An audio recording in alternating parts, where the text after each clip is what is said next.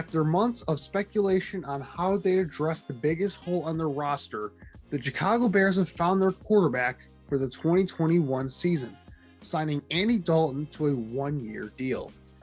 Many Bears fans, of course, were pretty underwhelmed with the move, to put it kindly. Yes, Dalton isn't the caliber of a quarterback like a Russell Wilson that the fan base was salivating over for weeks, but can he still be an upgrade to what the Bears have had at quarterback over the past few years? If so, can Dalton be enough of an upgrade to get the Bears' offense to some level of respectability? These were some of the questions I was looking to answer when going back to watch Dalton's tape over the past few years. And to answer them, we are going to look at Dalton's strengths, weaknesses, as well as how his past usage and production can predict his future in Chicago. Starting with his strengths, the first thing that I noticed about Dalton was his ability to process and make quick decisions to get the ball out of his hands in an efficient manner. According to Pro Football Reference, in each of his last 3 seasons, Dalton has averaged a pocket time of 2.3 seconds. This helps out his team's offense in 2 ways.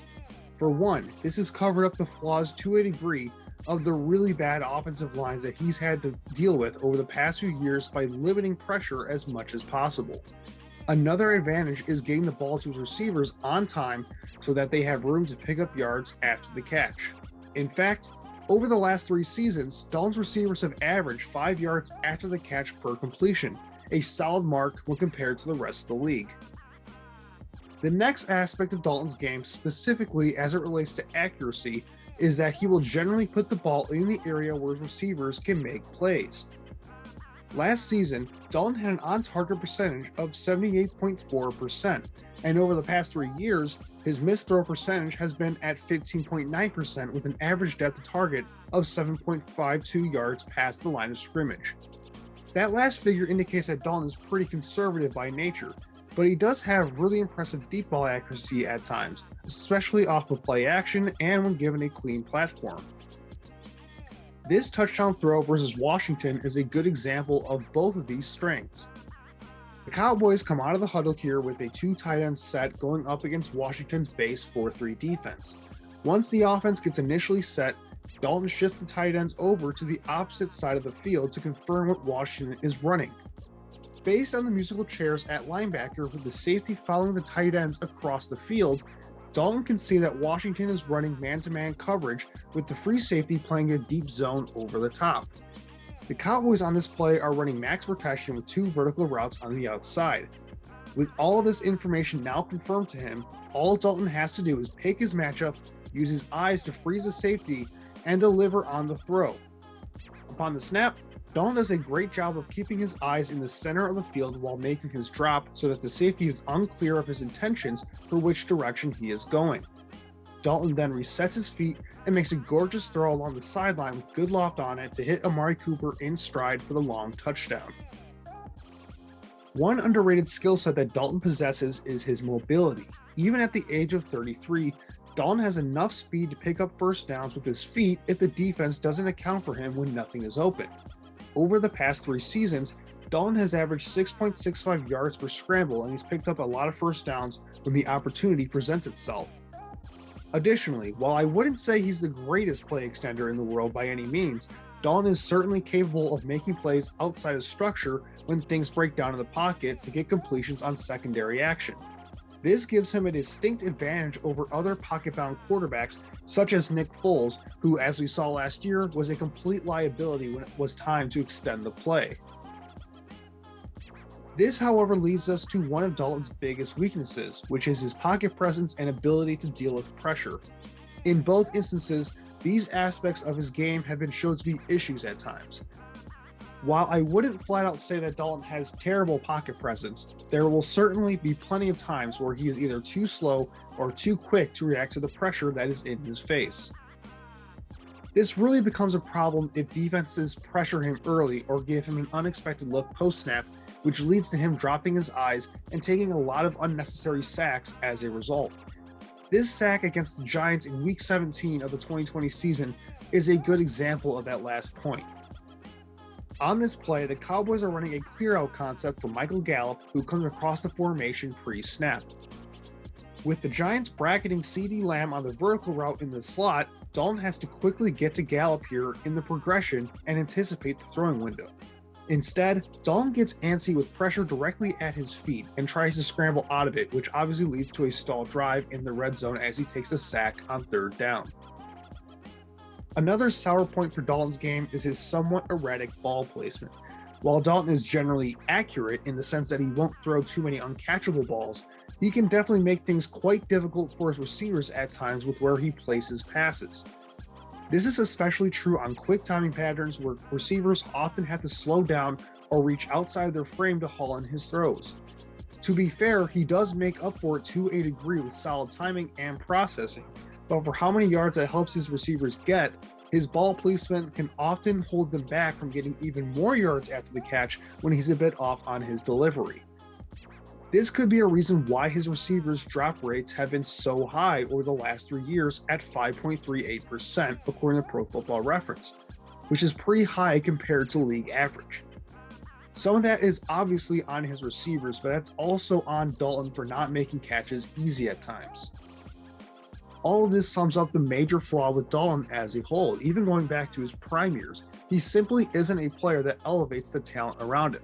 Give him a good supporting cast and you can expect solid results from Dalton. He's a veteran quarterback that can deliver big throws and will give his playmakers opportunities to make plays.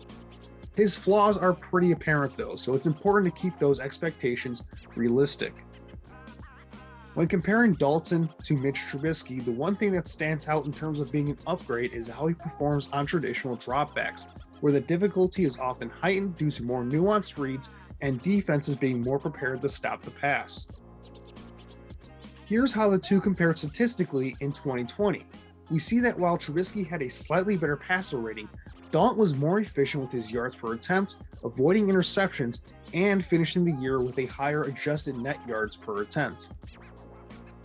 The thing to keep in mind is that this was all done with Dalton facing much better defenses throughout the year, on average 13th ranked in DVOA, while Trubisky's defenses averaged out at 23rd. Also take note of how much the Bears went out of their way to protect Mitch Trubisky within their scheme, having nearly 40% of his production come as a result of manufactured offense off of play action, bootlegs, or screens. That wasn't the case with Dalton in Dallas, who had nearly 3/4 of his production come off of traditional dropbacks, a very high rate compared to his previous years. The Cowboys put a lot of pressure on Dalton to execute their offense, despite coming in as a backup to learn a completely new scheme in a shortened offseason with an offensive line that was in disarray all year due to injuries. The lack of manufactured offense and high volume of traditional dropbacks hurt his efficiency as a whole. This takes us to what to expect out of Dalton in Chicago, and for that, we'll be going back to his days in Cincinnati to see how offensive coordinator Bill Lazor utilized Dalton in his 2 years as play caller for the Bengals. As Lazor's first year as offensive coordinator with Dalton, 2017 was a disaster for the Bengals offense. Coming off of a borderline MVP caliber season and subsequent solid year in 2015 and 2016 respectively, the Bengals were gutted of talent on the offensive line going into 2017, which resulted in Dalton falling apart as a result. Dalton had the worst year on traditional drop-back passes that I tracked of him, with 6.29 yards per attempt, 4.84 adjusted net yards per attempt, and an 80.06 passer rating. Many of his struggles were on display in Week 1 versus Baltimore when Dalton threw 4 interceptions. So what did Lazor do to help Dalton in 2018? Well, the first thing was to increase play action and RPO usage to not only help the offensive line, but also get Dalton into a better rhythm as a thrower. Some of Dalton's biggest plays in 2018 came off of play action as he averaged 8.68 yards per attempt. As a result of more play action and RPO usage, there were fewer third and long situations for Dalton to bail the Bengals out of, which allowed him to settle in more and improve his efficiency as a result. This play against the Carolina Panthers in Week 3 of that year is a great example of not only Dalton's downfield passing ability, but also showcases one of the numerous play action concepts that Lazor helped implement in 2020 with the Bears that will likely serve as a staple for their 2021 offense. Defensively, we see here that the Panthers are showing a too high safety look before the snap, but in actuality, the boundary safety is going to press the intermediate zone while the field safety drops over the top to play your typical cover 3 coverage. The Bengals are running a common play action design run by Laser, with a fake outside zone handoff, with the tight end pulling opposite of the fake to block the backside edge rusher. The Bears, after not doing this much in 2018 or 19, ran this all the time in 2020 with Trubisky under center. In the passing concept aspect of things, the strong side wide receiver is running a vertical route to occupy the corner and deep safety, while AJ Green in the slot runs a deep crossing route underneath. If that isn't there, we also have a backside dig into the unoccupied zone in the middle of the field. Upon the snap, the linebackers and boundary safety take a step or two forward out of position as they react to the run fake. With Green coming across the field open, Dalton reads that the boundary safety is too close to the line of scrimmage to cover him properly, while the strong side cornerback is focused on the vertical clear-out route. Dalton throws his pass with good anticipation and perfect accuracy along the sideline to keep the ball away from the deep safety coming from over the middle of the field, which results in a 31-yard chunk play to get the drive started on first down. In terms of how all of this relates to the Bears, Dalton gives Nagy a lot of flexibility within his scheme. If Matt Nagy and Bill Lazor wish to build off of what they implemented last year around Mitch Trubisky to run a more outside zone play action bootleg-centric offense, Dalton has the mobility and accuracy on the move to make that work. If they want to revert more to a Kansas City-style spread coast offense that relies on a quick passing game to supplement the run game, however, Dalton is effective there as well with his ability to process pre-snap and make quick decisions post-snap. One of the things that I'll be looking out for is if they end up running more RPOs now that they have a quarterback accustomed to executing them. Trubisky notoriously had some struggles reading these types of plays, and as a result, they weren't called often over the last 3 years with him under center. Lazor had Dalton running RPOs on about 8% of his dropbacks in 2018 during their last year together, and I expect that to hold true in 2021. Ultimately, if the Bears can blend all of these schemes together with RPO usage and play action to complement Dalton so that he doesn't have to shoulder the load entirely, there is a pathway here to an effective offense. At the end of the day, Dalton is an upgrade at the quarterback position, in my opinion, that should improve the Bears' floor on a week-to-week basis. With that said, he isn't going to solve their biggest issue single-handedly, and whether the Bears improve on offense or not is going to be contingent on how they support Dalton with their scheme and supporting cast. Dalton is an effective starter in the NFL, a reflection, if you will, of his surroundings. If that reflection is good, the Bears will have a top half of the league offense in 2021 with improved efficiency across the board. If that reflection is bad, however, don't expect Dalton to elevate the situation as a whole. All in all, Chicago has the red rifle in tow, Bears fans. Only time will tell whether he can be the needed shot in the arm for a dormant offense.